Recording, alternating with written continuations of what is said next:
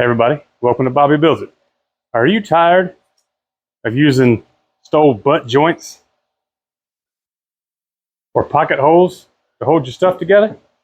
A little bit intimidated, not quite ready for hand cut dovetails? Well, we got something in between. We're going to make a box joint jig using this $16 piece of plywood that I got from my local Lowe's. Your mileage may vary. This jig is going to be for the table saw. My first step is going to be to rip two strips about 5 inches wide.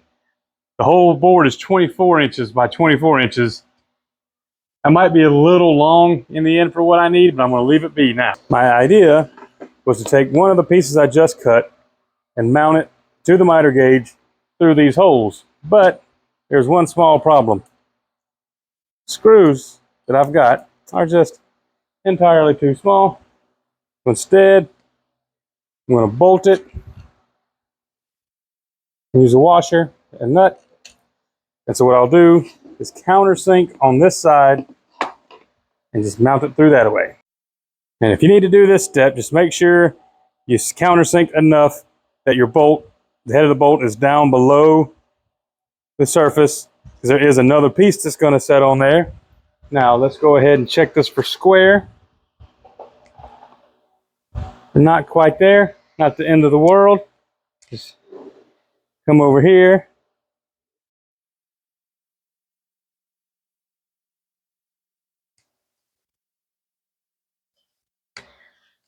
Loosen these back up.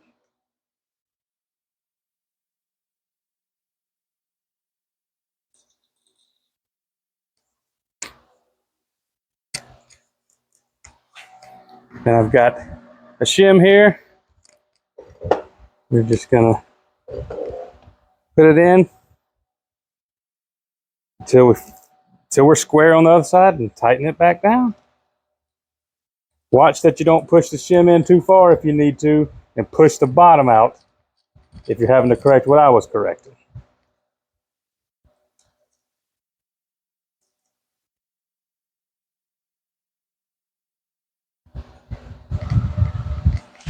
There we go.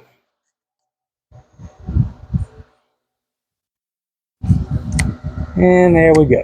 The next thing I need to do is make a pin that's going to be the size of the finger joints I want to make. I've got my thin rip jig out. I've got it set to 1/4 of an inch. I'm going to run through this way, take the cutoff piece and run it through that way. And I should have a piece that's 1/4 of an inch wide and tall. Length doesn't really matter at this time.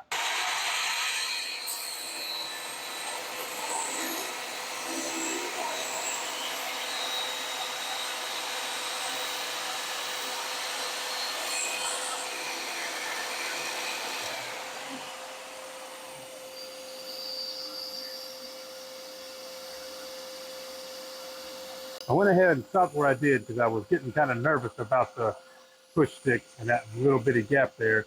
I don't need this whole length, so I'm just going to cut off where I need it.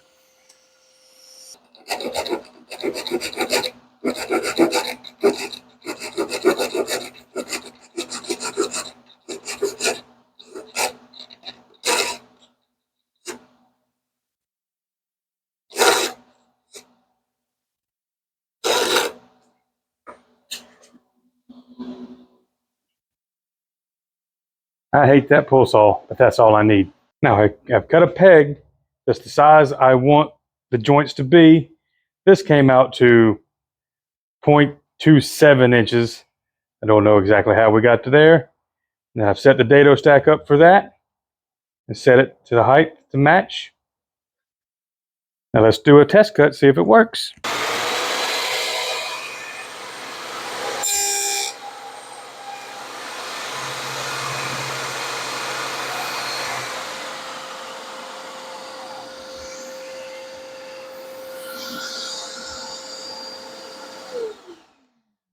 Very nice. You can see my other ones just weren't quite right. Now we're going to put our saw kerf for the dado stack in to our jig. You can see I've got one there already. I'll tell you what happened there in just a second.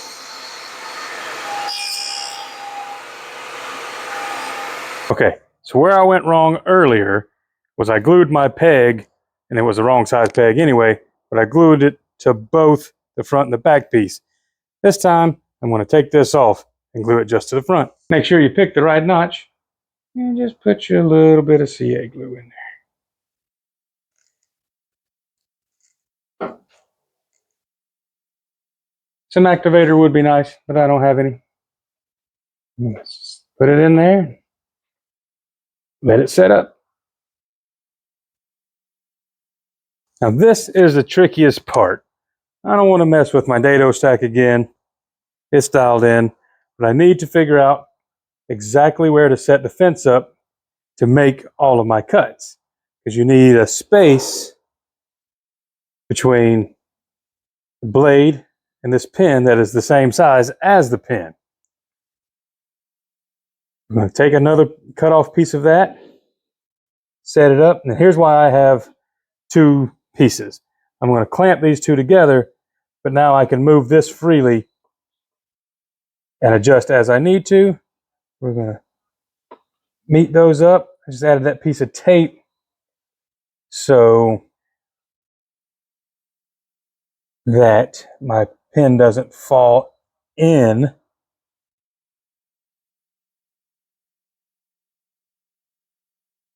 Just trying to get it where I need it here.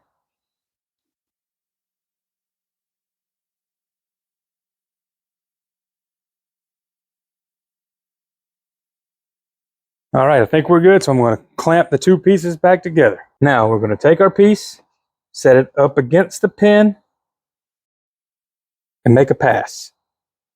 Then we'll be able to move it over and cut till we can't cut anymore.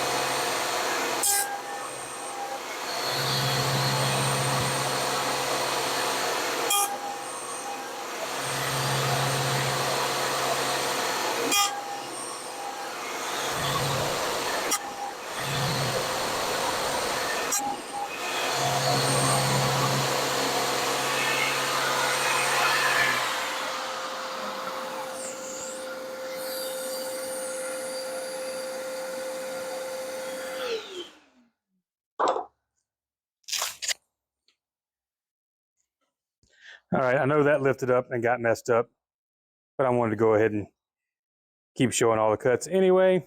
So what I need to do now is, for this board, remove that area. But since this got a little wonky on me, I'm not going to have the right spacing. I'm going to flip this test piece over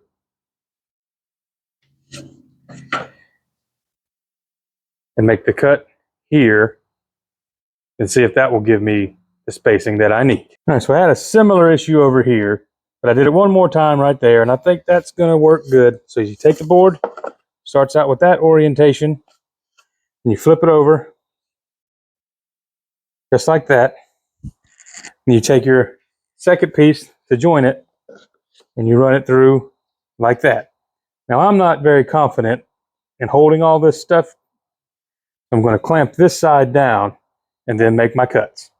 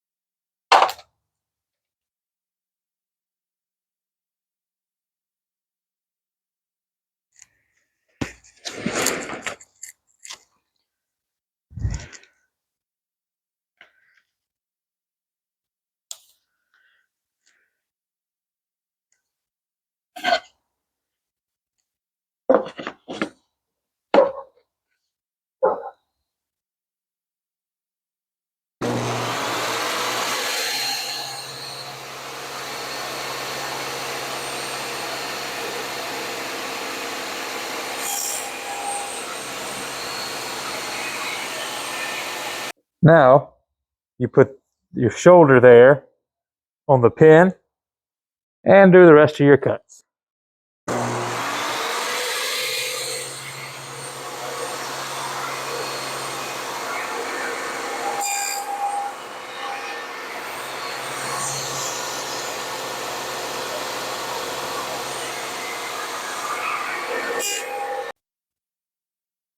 Time to check the fit.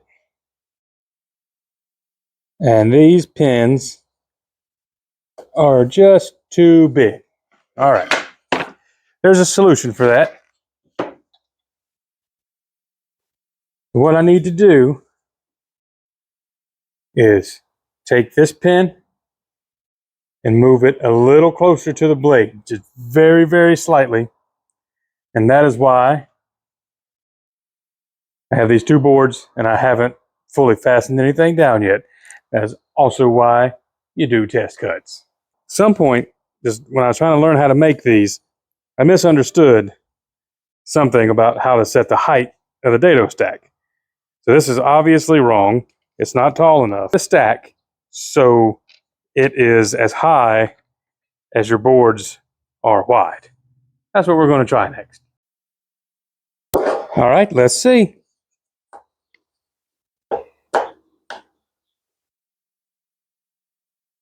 And there you go. Room for glue. Up here needs a little work. That's me needing to practice, especially with that very first cut to get the notch. It ends up being the spacer, but the jig does what it's supposed to do. A few things I didn't mention when running a dado stack. Of course, this is the throat plate that came with my saw. I went and got this other one. So if you've got a zero clearance plate setup or something, obviously you're going to have to make a different one for the dado stack. And I would probably use 1/2-inch plywood or maybe MDF. I am going to try to make one out of MDF for a future project to see how it holds up instead of this 1/2-inch stuff, because look how bad that has bowed since I cut it. That's pretty aggravating, and I think led to a little bit of trouble keeping everything square. And other than that, it's easy. It's pretty easy enough to build. A little tricky to get set up the first time, especially if you're new to dado stacks too. Just do your test cuts before you cut your real piece of wood, and I think you'll be all right. I appreciate you watching, and we'll see you next time.